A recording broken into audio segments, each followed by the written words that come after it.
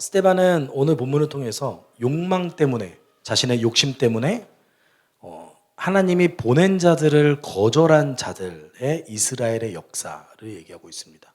이스라엘은 계속해서 하나님이 보낸 사람들을 거절했습니다. 물론 아브라함 같은 경우, 아브라함, 이삭, 야곱은 조금 예외가 될 수 있겠죠. 왜냐하면 사람이 일단 없었을 뿐더러 가족 공동체잖아요. 그러니까 이제 그 족장으로 있었던 아브라함과 이삭과 야곱은 물론 하나님이 보낸 자가 맞지만 그를 거절하지는 않았죠. 그런데 이제 모세부터 시작해서 하나님의 선지자라고 이름 부름 받은 사람, 모든 사람들은 이스라엘로부터 많은 어려움을 당했습니다. 어떻게 보면 여러분, 우리가 위대하다라고 생각하는 인물들은 역사 가운데서 배척받은 경우가 정말 많은 것 같아요. 그렇죠? 역사 가운데서 위대하다고 생각되는 사람들, 그리고 바른 길을 살려고 노력하는 사람들은 정말 많은 배척을 받았습니다. 역사도 마찬가지예요. 이스라엘의 역사도 모세도 그렇게 많은 능력을 행했지만 백성들은 거절했죠. 여러분, 저는 사실 엘리야가 하나님으로부터 기도하다가 하나님으로부터 불을 떨어뜨린 다음에 그가 번아웃이 와버렸죠. 엄청 큰 능력을 행한 다음에 바로 엘리야가 광야에 숨었습니다. 그리고 그 로뎀 나무가 이만하거든요. 이만해요. 근데 이제 로뎀 나무에서 숨는다는 게 어떤 뜻이냐면 사막에서 로뎀 나무가 이제 그 수분을 계속해서 공급하거든요. 그러면 그 로뎀 나무에 얼굴만 이렇게 놓고 누워 있는 거예요. 그래서 엘리야가 하나님께 뭐라고 그럽니까? 저 그냥 죽여주세요. 저 그냥 죽여주세요. 이 정도까지 했는데 왜 이렇게 뭐가 변하지가 않습니까? 엘리야가 이제 그렇게 얘기하죠. 하나님의 그 부름을 받은 사람들의 역사는 계속해서 이런 식으로 흘러갑니다. 마치 그들은 조금 인생이 좀 불행한 것 같아요. 조금 어려움이 없는 사람은 거의 없었던 것 같습니다. 그리고 어려움이 없었다고 느껴지는 솔로몬 같은 경우, 그가 너무나 많은 걸 누려서 그런지 하나님의 뜻을 거절하고 이제 우상 숭배하는 일들이 벌어지게 되죠. 오늘 본문은 하나님이 약속하셨지만, 그리고 유대인 스스로도 그 하나님이 하신 약속이 이루어지길 원해요. 그런데 원하지만 동시에 마음속에 있는 욕망을 거절하지 못하는 거예요. 이것이 마치 우리의 삶과도 같지 않습니까? 우리가 정말 바르게 살고 싶고 모범적으로 살고 싶고 그게 아니더라도 하나님의 뜻대로 살고 싶은데 지금 이 순간에 우리가 가지고 있는 욕망을 억제하지 못해서 하나님의 뜻을 따라가지 못하는 것과 비슷한 것이죠. 그래서 오늘 본문을 우리가 함께 보면서 예수를 거절하는 자들과 예수를 받아들이는 자들 어떤 차이점이 있는지 좀 살펴봤으면 좋겠고요. 그리고 그들의 인생이 공동체에 어떤 영향을 미치는지, 그러니까 예수를 거절하는 자들은 공동체에 어떤 영향을 미치고 예수를 받아들이는 자들은 공동체에 어떤 영향을 미치는지도 좀 살펴봤으면 좋겠습니다. 그러면 이스라엘의 거절의 역사를 말하고 있는 스데반은 성막과 성전으로 주제를 전환합니다. 그 이유가 있죠. 유대인들이 스데반을 고발했어요. 고발한 이유가 첫 번째 뭐였죠? 모세와 하나님을 모욕한다. 신성모독으로 고발했죠. 두 번째가 뭐였죠? 성전과 율법을 훼손한다. 그것 때문에 이제 계속해서 스데반이 변론하고 있는 거예요. 이제 자신이 모세와 그다음에 하나님을 모욕하지 않았다라는 것은 지난주까지 다 얘기했습니다. 이제 어떤 주제가 남았죠? 성전과 율법을 훼손한다라는 것에 대해서 스데반이 얘기하고 있는 거예요. 여러분, 사람들은 성전에 하나님이 계시다고 생각했습니다. 성전에 하나님이 계시다고 생각했어요. 모세가 처음 성막을 만들고 나서 솔로몬 시대까지 성막은 이스라엘에게 있었습니다. 그리고 성전을 누가 건축했죠? 솔로몬이 건축했습니다. 성전에 하나님이 계시다고 생각했어요. 근데 스테반이 뭐라고 얘기합니까? 48절에서 50절까지 이렇게 얘기하죠. 우리 같이 좀 읽어볼까요? 그런데 지극히 높으신 분께서는 사람의 손으로 지은 건물 안에 거하지 않으십니다. 그것은 예언자가 말하기를 주님께서 말씀하신다. 하늘은 나의 보좌요 땅은 나의 발판이다. 너희가 나를 위해서 어떤 집을 지어주겠으며 내가 쉴만한 곳이 어디냐. 이 모든 것이 다 내 손으로 만든 것이 아니냐 한 것과 같습니다. 아멘. 여러분, 어떤 특정한 공간에 신이 있다고 생각하는 생각은 정말 전 세계 곳곳에 퍼져 있습니다. 한국도 마찬가지죠. 여러분, 그 사극이나 이런 거 보면은 정한수 떠놓고 어디 장소에 가서 빌죠? 네, 장독대 가서 빌죠. 근데 왜 장독대 가서 비는 줄 혹시 아십니까? 장독대 신에게 비는 걸까요? 장독대가 그 한국 무속 신앙에서는 그 이승과 저승의 경계라고 생각했어요. 그래가지고 장독대 가서 빈 거예요. 왜냐하면 지금 이승과 저승의 경계잖아요. 그러니까 저승에 있는 신에게 비는 거죠. 어떤 한 공간에 신이 깃든다라고 생각하는 것은 정말 인류 역사의 가운데 사라지지 않는 생각입니다. 현재도 그런 생각이 많죠. 그렇죠? 한국 사회에도 어떤 공간에 신이 깃든다라고 생각하는 거 정말 너무나 많지 않습니까? 그러면 교회는 어떻습니까? 교회도 그렇게 생각할까요? 어떤 한 공간에 하나님이 깃든다라고 생각하는 것. 저는 그런 거 정말 많이 들어봤는데요. 여러분 이런 거 안 들어보셨어요? 어떤 한 공간에 기도를 많이 막 쌓으면 그 공간이 하나님의 임재가 가득한 공간이 된다라고 주장하는 것에 대해서 들어보신 분 계십니까? 네, 들어보셨죠? 네. 스테반에 의하면 그것이 맞는 말일까요? 그럼 잘 생각해 보세요. 하나님이 하늘과 땅과 이 땅의 모든 것을 만드셨어요. 근데 만드셨는데 그 하나님께서 하나님 당신이 만드신 곳에 깃든다고요? 우리가 좀 고민해 볼 필요성이 있습니다. 한국 사회 그리고 한국 교회 안에서도 이런 생각이 정말 너무나 많이 있어요. 근데 성경은요, 공간에 하나님이 깃든다는 얘기 하지 않습니다. 그 곳에 함께 하신다 일시적으로 얘기하시지만 그곳에 하나님이 깃든다. 우리 하나님 정령도 아니시고요, 지방령도 아니세요.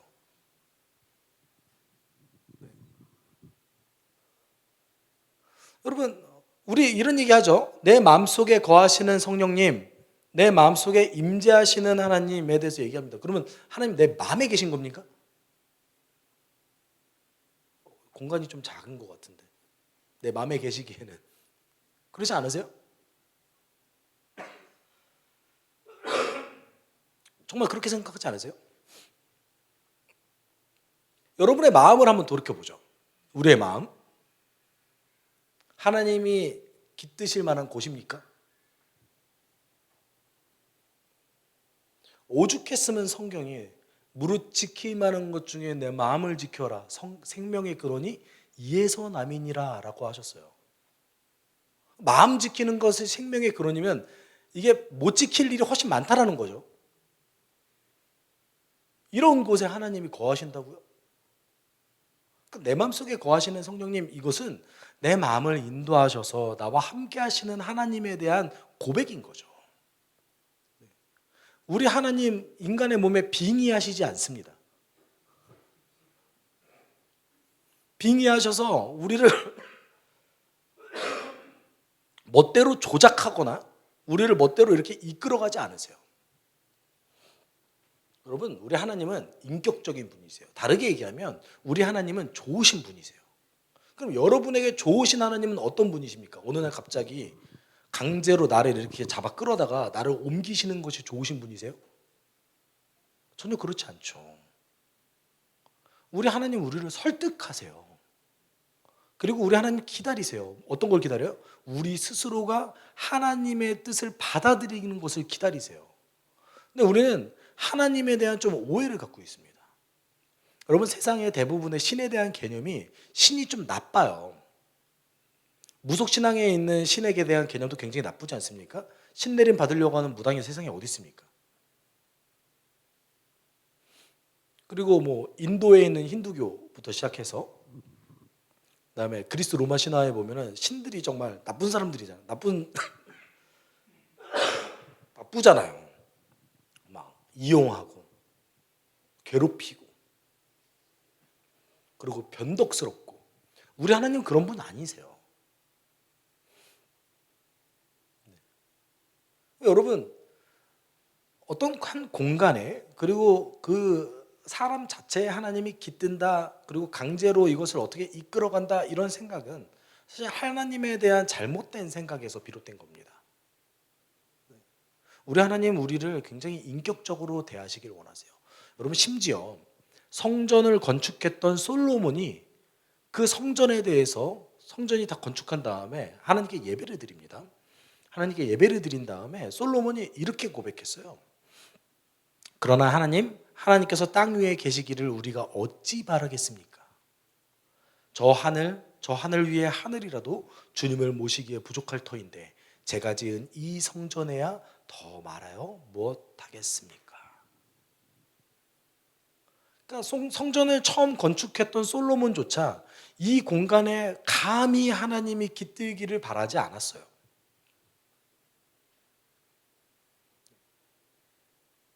그러니까 구약 성경도 오늘 본문 속에서 얘기했던 스데반처럼 이 땅 피조물 가운데 하나님의 존재가 감히 깃들 수 없습니다.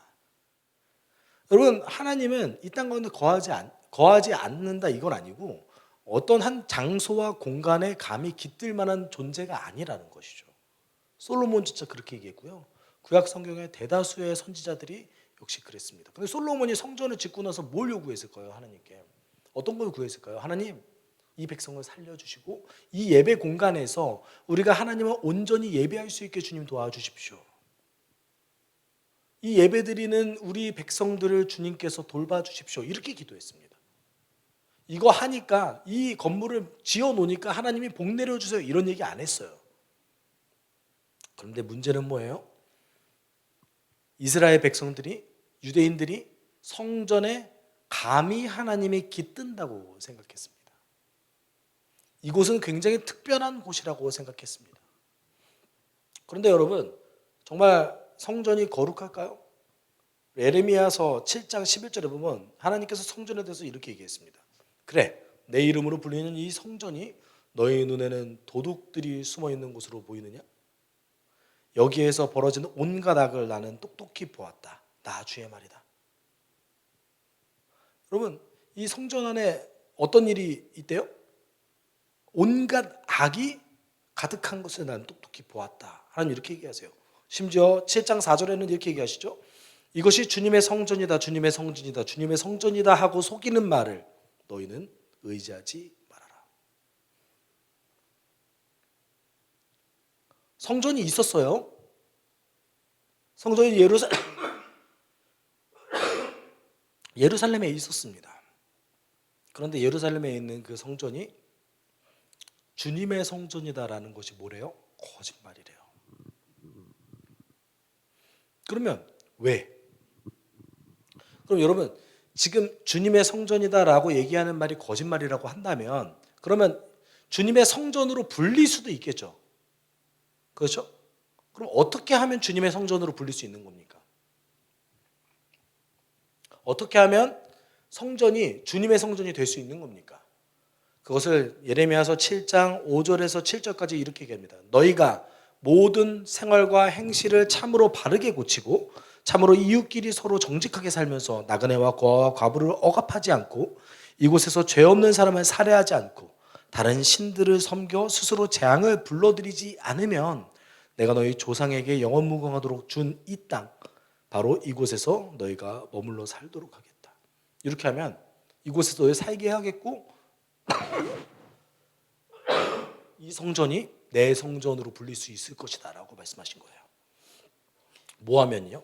행실을 바르게 하고 정직하게 살아가고 사회적 약자를 돌보고 우상 숭배하지 않으면 주의 성전이다 라고 불릴 자격이 있을 것이다 라고 얘기하십니다. 그럼 여러분 우리가 이거를 그러면 이 말씀을 물론 완벽하게 성전이 교회다라고 대체하기는 쉽지 않지만 그래도 어떤 한 예배드리는 공간 그리고 공동체 그리고 대체적으로는 그 성전의 역할을 현재 교회가 하지 않습니까?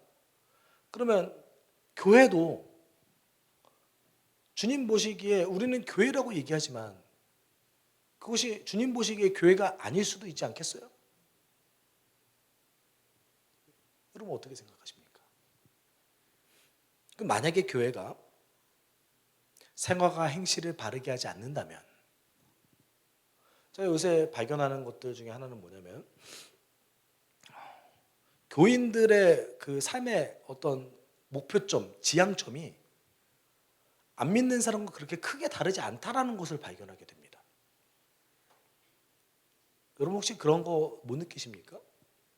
물론 여러분 그 자본주의 시대를 살아가는 우리, 자본주의 사회를 살아가는 우리들에게 돈은 중요하죠.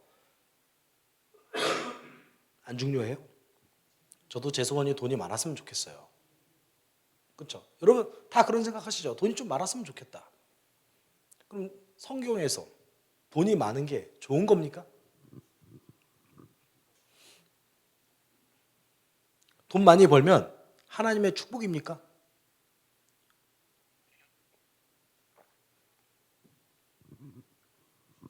어떻게 생각하십니까? 실제 선교학 통계 가운데 주의 복음을 온전히 받아들이는 사람과 받아들이지 않은 사람들을 경제적 수치에 따라서 통계를 낸 게 있습니다. 그러면 어떤 부류의 사람들이 조금 더 복음을 잘 받아들이는 사람들일까요? 돈 많은 사람? 돈 없는 사람? 맞아요. 중간이에요. 돈이 제일 많은 사람도 거의 안 믿고요. 돈이 아주 없는 사람도 생활이 너무 힘들어서 하나님을 온전히 섬기지 못하는 일들이 그 통계상 연구가 다 되고 있습니다. 예수님 뭐라고 얘기하셨죠? 부자가 하늘나라 가는 것이 낙타가 바늘길을 통과하는 것보다 어렵다. 돈 많으면 축복입니까? 근데 우리는 그것을 축복이라고 빌고 있죠. 대부분의 그리스도인들의 목표 중에 하나가 교회에서는 신앙생활 잘하고 세상에서는 돈 많이 벌어서 행복한 삶을 살아가는 것입니다. 저는 여러분에게 지금 경제활동을 하지 말라는 얘기가 아닙니다. 돈을 벌지 말라는 것도 아닙니다. 버시는 만큼 버세요. 근데 우리가 그것이 목표점과 지향점이 되면 안 된다고 말씀드리는 겁니다. 예수께서 뭐라고 말씀하셨죠? 좀 같이 읽어볼까요? 아무도 두 주인을 섬기지 못한다. 한쪽을 미워하고 다른 쪽을 사랑하거나 한쪽을 중히 여기고 다른 쪽을 업신 여길 것이다. 너희는 하나님과 재물을 아울러 섬길 수 없다. 여러분 지금 예수께서는 재물을 모와 빗대어서 가장 최고의 우상이 될 수 있다고 얘기한 거예요. 하나님을 대적하는 우상이 될 수 있다라고 예수께서 말씀하셨어요. 근데 오로지 재물만 이걸로 얘기하셨습니다. 예수께서는. 한국교회도 마찬가지입니다. 여러분 우리가 생활과 행실에 있어서 하나님의 기준에 온전한 방향성을 제시하지 못하는 것도 사실입니다. 우리가 돈을 어떻게 다룰 것인가? 우리의 삶의 대부분의 시간은 사실은 돈벌이 하는 데 쓰지 않습니까? 경제 활동을 하기 위해서 대부분의 시간을 쓰지 않습니까? 그럼 단지 그 시간들은 여러분이 앞으로 잘 먹고 많은 부를 축적하기 위한 시간들일까요? 그러니까 하나님께서는 그 활동을 통해서 여러분의 삶 가운데 뭔가 원하신 것이 있으세요. 그러니까 여러분 주일에서의 이 교회에서의 삶과 여러분의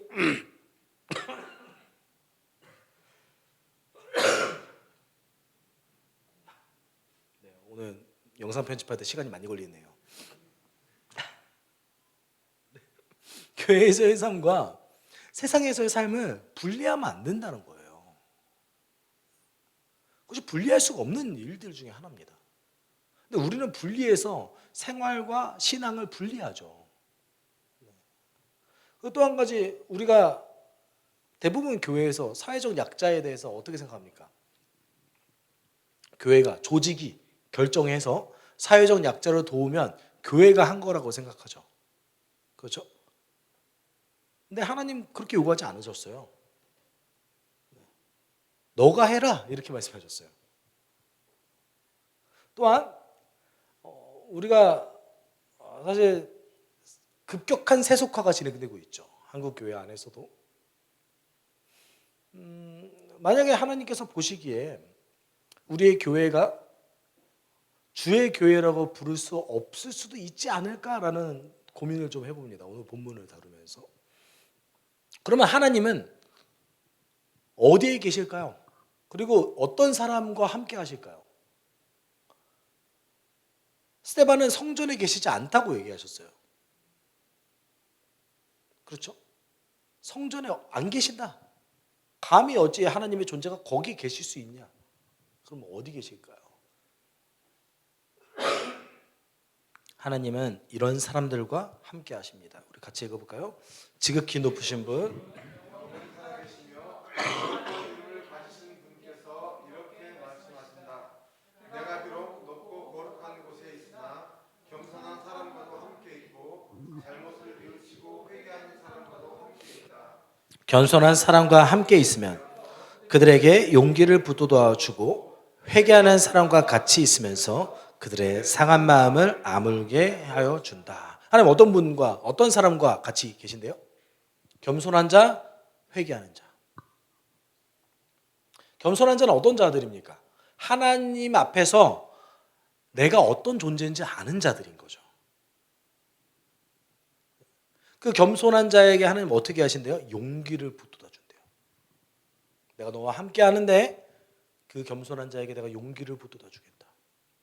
그리고 회개하는 자, 여러분 회개가 어떤 겁니까? 내 마음을 돌이켜서 내 삶의 방향성을 바꾸는 것이죠. 회개는 후회하는 게 아닙니다. 회개는 여러분 내 인생이 후회해서 후회의 눈물을 흘리는 게 회개가 아니에요. 오히려 회개는 기쁜 거예요. 왜 기뻐요? 예수님 때문에 내가 삶의 방향성을 돌이킬 수 있다는 것 자체에 기뻐하며 감사할 수 있는 게 회개입니다. 회개는 후회의 눈물이 아닙니다. 그 회개하는 자에게 하나님께서 뭐라고 계신데요? 너의 상한 마음을 내가 아물게 해주겠다. 하나님이 이런 자들과 함께 하신데 어떤 공간, 특정한 공간에 머무르는 것이 아니라 이런 종류의 사람들과 함께 계신다라고 얘기하고 있습니다.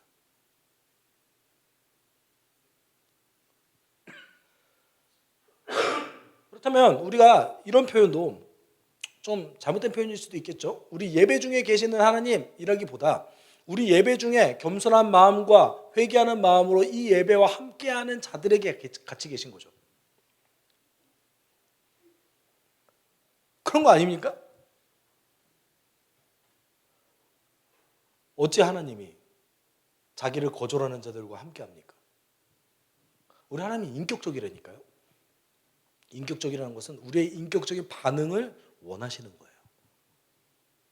어느 날 갑자기 예배 때 강권적인, 물론 강권적인 은혜를 주시기도 하세요. 필요하면.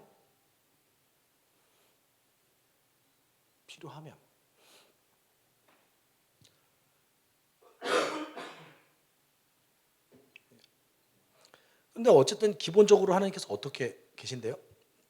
겸손한 자들, 회개하는 자들과 함께 하신대요. 그럼 유대인들은 왜 그런 하나님과 함께하지 못했을까요? 왜 하나님을 거절했을까요? 51절에 이렇게 얘기하고 있죠. 목이 곧고 마음과 귀에 할례를 받지 못한 사람들이여 당신들은 언제나 성령을 거역하고 있습니다. 당신네 조상들이 한 그대로 당신들도 하고 있습니다. 그럼 목이 곧다라는 말이 어떤 말일까요? 이게 굳은 거예요. 목이 굳었어요. 그래서 안 돌아가는 거예요. 너무 고집과 편견이 세서 좌우를 돌아볼 수 있는 사람이 아닌 거죠. 그리고 마음과 귀에 할례를 받지 못한 사람들이라는 표현은 어떤 표현일까요? 할례는 유대인의 상징이었습니다. 그런데 지금 스데반이 어떻게 비판하고 있는 거냐면 당신들은 유대인처럼 하고 다니지만 본질적으로 하나님을 따르는 유대인과 같이 살아가지는 않습니다. 당신 마음속으로는 하나님을 받아들이고 있지 않아요. 잘 보세요. 지금 당신들이 하고 있는 것이 당신들 조상이 했던 예도가 뭐가 다릅니까? 조상이 뭘 했길래요? 52절, 53절 이렇게 얘기하고 있어요. 당신들의 조상들이 박해하지 않은 예언자가 한 사람이라도 있었습니까? 그들은 의인이 올 것을 예언한 사람들을 죽였고 이제 당신들은 그 의인을 배반하고 죽였습니다. 당신들은 천사들이 전하여 준 율법을 받기만 하고 지키지는 않았습니다. 이스라엘은요, 계속해서 하나님이 보낸 선지자를 계속해서 거절하는 역사를 살아왔습니다. 참 아이러니하죠. 예수님 시대에 유대인들은 정말 좋아하는 선지자들이 있었어요. 예레미야, 엘리야, 그리고 모세, 그리고 이사야, 이런 사람들 정말 좋아했습니다. 근데 여러분, 예레미야는 동족의 손에 의해서 죽임당했어요. 이사야는 므낫세 왕에 의해서 처형당했습니다. 모세는 동족의 손에 죽임당할 뻔한 위기가 2번이나 있었어요. 이스라엘이 사랑하는 사무엘 선지자도 마찬가지입니다. 여러분, 사무엘 선지자도 결국은 사무엘의 말년에 이스라엘 백성들은 사무엘의 말을 따르지 않고 자신들이 원하는 왕을 세웠습니다. 언제나 거절당했어요. 능력을 행했던 엘리야는 어떻습니까? 엘리야의 제자였던 엘리사는 어떻습니까? 다 거절당했어요.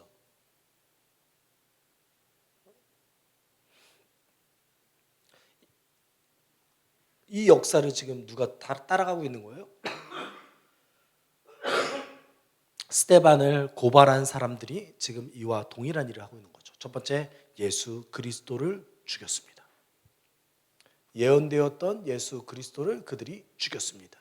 두 번째는요, 예수 그리스도를 따르는 제자들에게 이제 폭력과 박해를 가하기 시작했습니다. 그 첫 번째 인물 중 한 명이 누구예요? 스데반이죠. 여러분, 스데반은 오늘 설교를 하면서 성전에 하나님이 계시지 않고, 그리고 이스라엘 백성들에게 당신들은 하나님의 성령을 거절한 자들, 그리고 하나님이 보낸 의인을 죽이기까지 한 사람들이라고 표현합니다. 네. 그러면 어떤 자들이 하나님과 함께 할 수 있는 겁니까? 어떤 자들이 하나님이 보낸 자들을 거절하지 않는 겁니까? 아까 말했듯이 겸손하고 회개하는 자들이죠. 예수 그리스도를 구원자와 그리스도로, 그 다음에 나의 주님으로 받아들이는 자들이,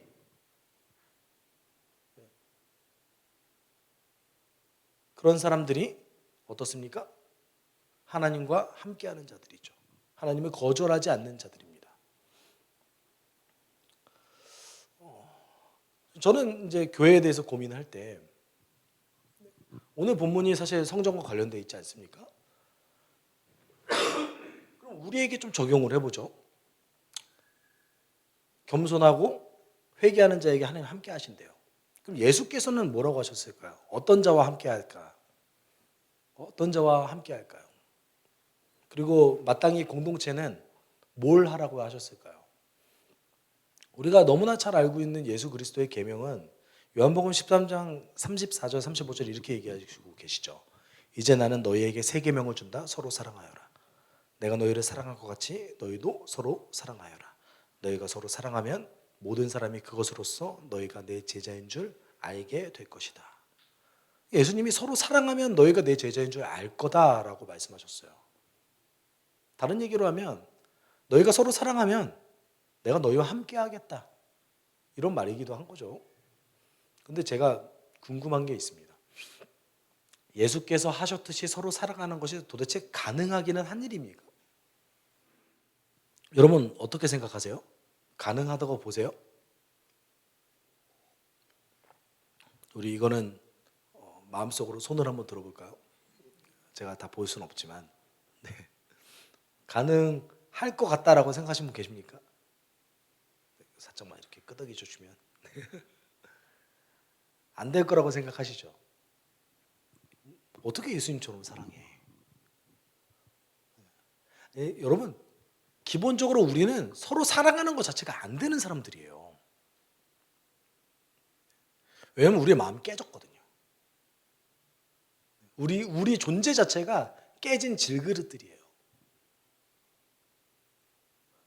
그거를 예수께서 본드 붙여주신 거예요. 근데 우리가 정신이 깨어있지 않고 예수 그리스도의 관계가 무너지면 우리가 예수께서 하셨던 모든 명령을 행할 수 없는 거죠. 근데 성경에는 서로 사랑하는 사람들이 있었다라고 얘기합니다. 불가능한 일이죠. 우리가 서로 깨어진 사람들인데 서로 사랑하는 사람이 있었다. 예수 그리스도를 거절하지 않고 그대로 따라간 사람들이 있었다라고 표현합니다. 베드로전서 1장 22절에 이렇게 얘기하죠. 여러분 같이 좀 읽어볼까요? 여러분은 진리에 순종함으로 영혼을 정결하게 하여서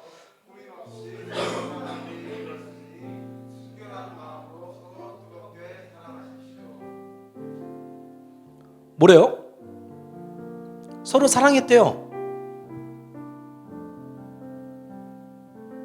근데 어떻게 사랑했대요? 서로 꾸밈없이 사랑하기에 이르렀다라고 얘기하고 있습니다. 근데 어떻게 그게 가능했나요? 진리에 순종함으로 영혼을 정결하게 하여서 꾸밈없이 서로 사랑하기에 이르렀으니라고 얘기하고 있습니다. 그러면 진리에 순종하고 영혼을 정결하게 한 것을 뭐라고 얘기할까요? 베드로전서 1장 21절 이렇게 얘기하죠. 여러분은 그리스도로 말미암아 하나님을 믿고 있습니다. 하나님은 그리스도로 죽은 사람 가운데서 살리시고 그에게 영광을 주셨습니다. 그래서 여러분의 믿음과 소망은 하나님을 향해 있습니다. 서로 꾸밈없이 사랑할 수 있었다. 진실한 사랑을 할 수 있었다. 어떻게요? 예수께서 우리를 위해 하신 일을 받아들임으로 가능해졌다라고 얘기하고 있습니다. 하나님 이 건물에 계시지 않습니다. 하나님 우리의 모임 중에도 어떤 자에게는 함께하고 어떤 자에게는 함께하지 않습니다. 그런데 반드시 어떤 자에게는 함께 하시는데 그 자리들이 어떤 자들입니까? 그리스도를 통해서 하나님께서 우리를 향해 하셨던 그 모든 일들을 그대로 받아들인 자들에게는 하나님 함께 하신대요. 그리고 그런 자들은 꾸밈없이 서로를 사랑할 수 있게 되어진대요. 여러분, 저는 낙심할 때 많습니다. 사실 교회를 보면서도 낙심할 때가 많고요. 저의 사역의 모습을 볼 때도 낙심할 때가 많습니다. 근데 그 낙심이 옆에서 사단이 저에게 이렇게 거짓말을 해요. 야, 안 돼. 너가 예수님처럼 사랑할 수 있을 것 같아? 야, 안 되는 일이야. 이렇게 거짓말을 해요. 제가 그것에 넘어가서 낙심할 때가 많아요. 얼마나 억울한지 모르겠습니다. 그런데 그리스도의 사랑을 그대로 수납하고 받아들이는 자들은 예수께서 하신 것을, 예수께서 하시려고 하시는 것을 행할 수 있습니다. 그 자들이 하나님과 동행하는 자들입니다. 여러분, 우리 함께 기도할 때 하나님, 먼저는 제가 예수님 날 위해서 무엇을 하셨는지를 그대로 받아들이는 자가 되게 주님 도와주십시오. 그리스도 안에서 우리는 온전하게 받아들여졌습니다. 그리스도 안에서 우리는 그 누구와도 비교할 수 없는 특별한 존재가 되었습니다. 그리스도 안에서 우리는 하나님의 가족 공동체에 속하게 되었습니다. 이것을 우리가 온전히 받아들여서 꿈이 없는 사랑에 이를 수 있도록 주님 날 도와주십시오. 우리가 이렇게 함께 기도하도록 하겠습니다. 함께 기도합시다.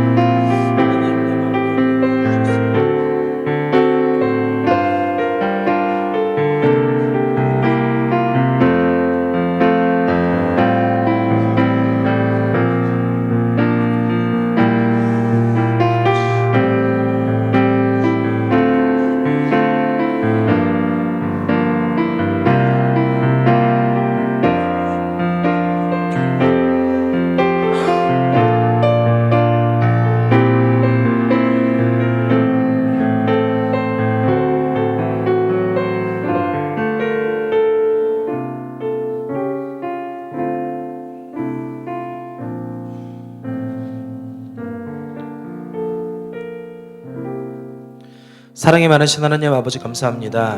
하나님, 우리 가운데 함께 해주셔서 우리가 주님이 하신 그 모든 일들을 받아들이고 그 축복을 온전히 누릴 때에 꿈이 묻는 사랑을 할 수 있게 주님 도와주십시오. 하나님은 공간에도 계시지 아니하시고 하나님은 때로는 우리 예배에도 함께 하시지 않으실 수 있으신 분이십니다. 그러나 그리스도께서 하신 그 모든 일들을 받아들이고 서로 사랑하는 자들에게는 반드시 함께 하시는 줄 우리는 압니다. 깨어진 질그리신 우리가 우리의 힘으로 서로 사랑할 수 없지만 그리스도께서 하셨던 일을 받아들인 자들은 그 일을 행할 수 있을 줄 믿습니다. 주님 날 도와주시고 나와 함께 해주십시오. 주님께서 주신 그 놀라운 은혜를 풍성히 누리는 자들 되게 주님 도와주십시오. 모든 것에 감사드리며 거룩하신 예수 그리스도의 이름으로 기도드립니다.